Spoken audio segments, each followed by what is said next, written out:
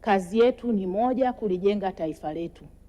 Wapo wanaokuwepo site kufanya kazi, lakini tupo sisi ambao tunaendelea kushauri kwa maslahi ya kuona taifa letu linatoka hatua moja kwenda hatua nyingine. Mheshimiwa Mwenyekiti, ninaongea Mheshimiwa Mwenyekiti nikiwa namaanisha kwamba kwenye taifa letu kuna baadhi ya watumishi, Mheshimiwa Mwenyekiti, wanakuwa kama wao si wa Tanzania.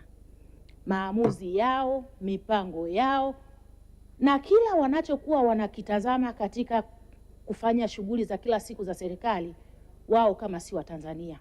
Wanajitazama wao tu kwa kuangalia mipango yao na madili yao. Mheshimiwa Mwenyekiti, baada ya kusema Mheshimiwa Mwenyekiti, niseme hivi: nitakapokuwa nachangia mambo haya, nitataka niende kwa ushahidi na vielelezo mbalimbali kwa maana ya kulisaidia taifa langu litoke lilipo. Mheshimiwa Mwenyekiti, serikali hii inakusanya fedha nyingi.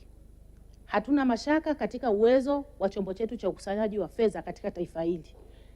Ina uwezo mzuri sana Mheshimiwa Mwenyekiti.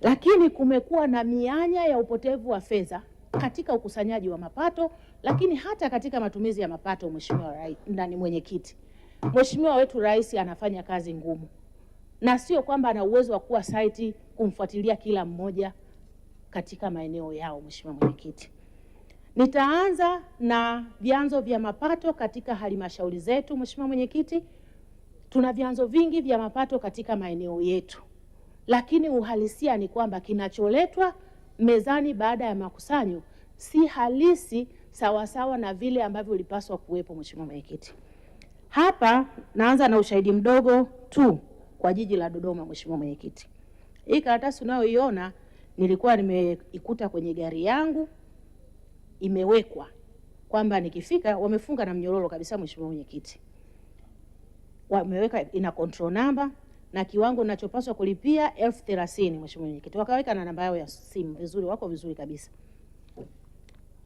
Hawajui huyu ni nani, anapita anaenda wapi. Nimefika, wanaanza kuniambia kwamba dada, unaweza ukatoa kiasi kingine kidogo, hiyo control number tukampelekea mtu mwingine. Hii ni jiji la Dodoma, ni watu tumewaamini wakusanye fedha, tumewapa na posi zetu. Lakini Mheshimiwa Mwenyekiti, kinachofanyika ni uhuni mtupu. Wanaangalia mapato yao kwanza, ndipo yaje mapato ya serikali. Hilo ni eneo moja ambalo nimeonyesha kwenye hapa mji wa Dodoma, lakini nirejee katika mji wangu wa Tunduma.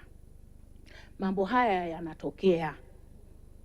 Wanaopewa nafasi ya kukaa kwenye site za ukusanyaji wa mapato, Mheshimiwa Mwenyekiti, iwe kwa kuyashika ni magari, kushika ni nini, Mheshimiwa Mwenyekiti, hawaitendei haki serikali yetu. Kwa tunamuomba Waziri wa Fedha na timu yake waangalie namna ya kuhakikisha iwe ni haki bini haki, mtu akiwa amekosea alipe, au jinsi ya kuwa monitor na kuwa control hawa watu. Huu ni aina fulani ya wizi, Mheshimiwa Mwenyekiti, ambao tukiendelea kufumbia macho taifa halitapona. Mheshimiwa Mwenyekiti, nirejee kitu kingine kwenye matumizi ya fedha za serikali, na hii nitataka niende moja kwa moja. Kuna taasisi ya serikali inaitwa TRC. Naitolea mfano Mheshimiwa Mwenyekiti kwa sababu ni kitu ambacho nakifahamu vizuri. TRC walichukua dhamana ya kulipa madeni baadhi ya wakandarasi waliofanya kazi kupitia makampuni ya kigeni. Mfano yapi Makezi, kwamba hawawalipi Watanzania fedha zao. Mheshimiwa Mwenyekiti, lakini utaratibu ambao wamekuwa kiutumia kulipa hauna ushirika na wahusika. Yaani taasisi subcontract, wao wanachukua kwenda kumlipa mtu wa subcontract, halafu Mheshimiwa Mwenyekiti, hawamuulizi aliyewapa subcontract kwamba hawa watu wanadai shilingi ngapi na tuwalipeje. Wanafanya juu kwa juu, wanalipa. Nina ushahidi ambao wamepelekea kuingiza serikali hasara ya milioni 200. Mheshimiwa Mwenyekiti, ninalisema hili nikiwa na uhakika with confidence.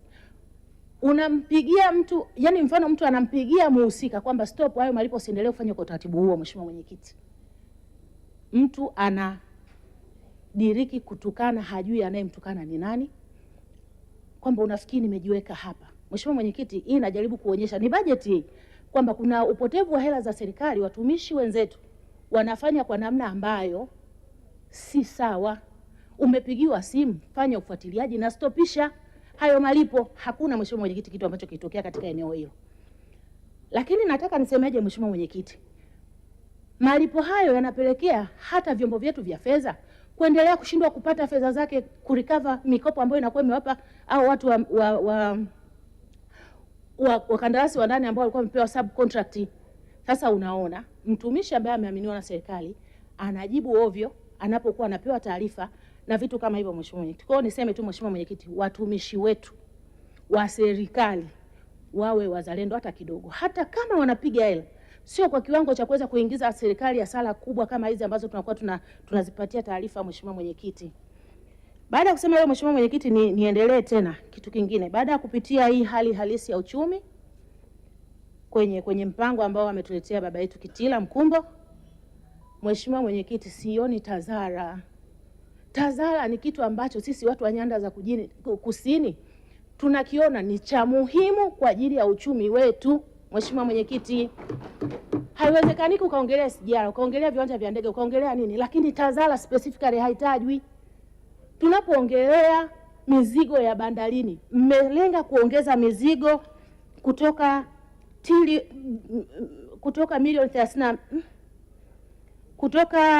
milioni 32,754 tani kwenda kwenye 42.373 hizo tani milioni, iendane na uhalisia wa utengenezaji wa mazingira yetu. Sisi mheshimiwa mwenyekiti, nyanda za juu kusini tuna ubeba mzigo mkubwa ambao unatoka Dar es Salaam. Miundombinu yetu si mizuri, tunaomba barabara, tunaomba reli, lakini tunaomba mazingira ya Destiny pale Tunduma, hiyo bandari kavu ijengwe kwa haraka mheshimiwa mwenyekiti.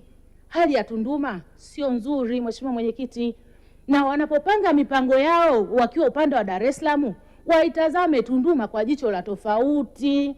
Tunduma ni mji ambao unaibeba Tanzania hii mheshimiwa mwenyekiti, na sio Tunduma tu, ni karibu mkoa wote wa Songwe mheshimiwa mwenyekiti. Tunawaomba wanapopanga mipango, wanapoelekeza fedha, wajue hata sisi Tunduma tunao mchango mkubwa kwa taifa hili. Madhara tunayoyapata kwa malori kulala pale muda mrefu kwa watoto wetu ni makubwa mheshimiwa mwenyekiti. Kwa hilo pia nitamani kuomba mheshimiwa mwenyekiti. Lakini pia nitaka niongelee mheshimiwa mwenyekiti kwenye eneo la kuwajengea vijana uwezo. Vijana wanaendelea kuongezeka kwa wingi sana, wanaongezeka kwa kasi sana, lakini sijaona jitihada dhati kabisa za kulikomboa taifa kuwajengea uwezo vijana. Ni kweli nimeona wana malengo mbalimbali ya kukuza ajira, kufanya nini, lakini wanakopesha fedha. Zile fedha wanakopesha ni fedha ambazo hazina fungu la kujengea watu uwezo. Kwa nini siweke hata kipengele kwenye zile fedha zile jinsi ya kuwajengea uwezo watu, hata kuwasaidia kutengeneza miradi, kuibuni na kuifuatilia mheshimiwa mwenyekiti? Tutaendelea kulalamika kwamba fedha za serikali zinatumika vibaya, tutaendelea kulalamika kwamba watu hawarejeshi mikopo, lakini tunawapa watu ambao hatuwafuatilii, hatuwajengei uwezo. Kwa mimi mheshimiwa mwenyekiti, hilo pia nitamani kuweza kulisemea. Lakini kipengele cha AI mheshimiwa mwenyekiti, hatuwezi kutengeneza hizi program zetu za AI wenyewe, lakini tuna uwezo wa kuzitumia. Sasa imekuwa ni fursa, wajengeeni. Mheshimiwa, muda wako umeisha. Okay. Baada ya kusema mheshimiwa mwenyekiti, nashukuru kwa nafasi. Asante. Asante sana. Nimuita Mheshimiwa Justina Acadius Rahi.